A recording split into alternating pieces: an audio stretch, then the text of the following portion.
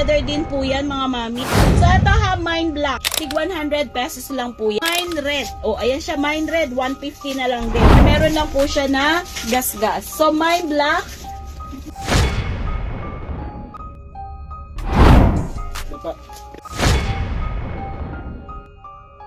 Asan yung pera mo? Wala po kami pera, kuya.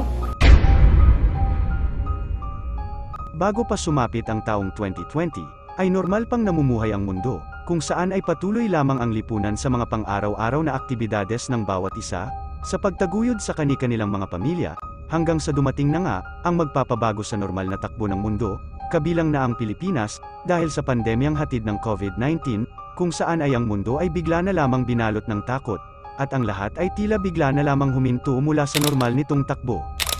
Hindi lamang kalusugan noon ang naapektuhan ng nasabing pandemya, kundi maging ang hanap buhay at kabuhayan ng lahat, na huminto rin ng dahil sa pandemya. Bilang parte sa hamon na dala ng pandemya, ay kanya-kanyang diskarte ang bawat isa upang labanan ang pagsubok ng pandemya.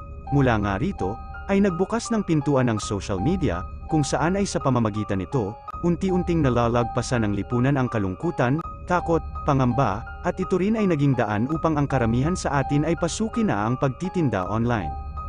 Ito nga ay isa na marahil sa naging hanap buhay ng ilan nating mga kababayan.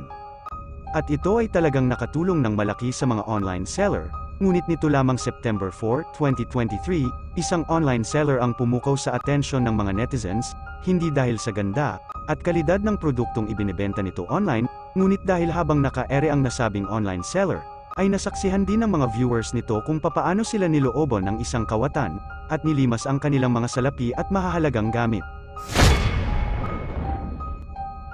Sa nasabing video, ay makikita na abala ang online seller sa pagbibida at pagpapakita nito sa kalidad ng kanyang mga paninda. Abala rin ito sa pagtugon sa mga katanungan ng kanyang mga viewers, at pakikipag-communicate nito sa iba pang mga customers nito online. Maya-maya pa ay mapapansin na natigilan ang ale sa ginagawa nito dahil sa pagpasok ng isang estranghero sa loob ng kanilang tahanan, nahagip sa video na nakasuot na helmet ang lalaki at nakasuot din ito ng face mask, kung kaya't hindi nila ito namukhaan. Sinadyang itumba ng lalaki ang cellphone na ginagamit ng ale. Sa kasalukuyang pagtitinda nito online, wala mang makikita sa video, ngunit nakagigimbal ang mga boses na malinaw na maririnig sa nagaganap noon na panluloob. Lagyan nyo na lang po siya ng black pen. Ayan, pwede nyo po siya lagyan ng black pen. Pero yung quality po niyan, tsaka yung loob nito is napakaganda pa niya talaga. Sa corner, meron lang po siya na gas-gas. So, Mine Black.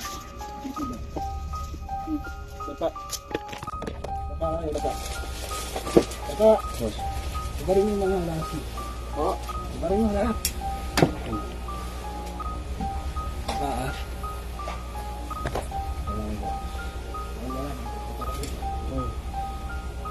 Asan yung pera mo? Wala po kami pera, kuya. Ibarin yung bilis. Ibarin. Nakasok ka doon. Puputokan kita. Bilis! Teka lang po, kuya. Dapa. Dapa ka. Bilisan mo. Ito po, kuya. Bracelet. Teka lang po. Dapa. Teka lang po, kuya. Teka lang po. O, yan. Batakin nyo na lang po. Ayan po. Pati nga susun mo. Kuya, hindi po matanggal o. Nakaano po, kailangan po. Ayan po, kuya. Wala na po. Ayan na. Pumasok kayo sa loob. Ay, sige po. Ayan, sige pa. Asok sa loob. Ayun. Pumasok ka ha. Sa pagtatapos ng video ay muling nahagip ng video ang lalaki, indikasyon na maging ang cellphone ng ale na ginagamit nito sa hanap buhay nilang pag-o-online selling, ay hindi din ito pinaligtas.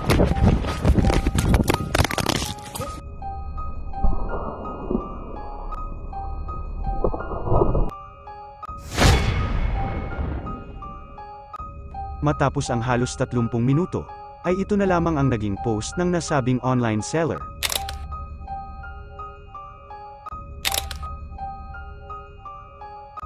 Ayon sa online seller, matapos ang panluloob sa kanila ng lalaking iyon, ay agad naman itong nagpa-blotter sa kanilang barangay, bagamat malaking bagay at halaga ang kinuha sa mga ito ng nasabing lalaki, ay lubos pa rin itong ipinagpapasalamat, na hindi sila sinaktan ng nasabing kawatan. Ang video na ito ng nasabing online seller, ay isang babala sa publiko na maging alerto, handa at magdoble ingat pa rin ang lahat, kahit pa maging sa loob man ng ating mga tahanan, dahil ang mga masasamang loob, ay tila wala na atang kinatatakutan, makapanglamang lang sa kapwa, na hindi na iniisip ang lumaban ng patas sa hamon ng buhay.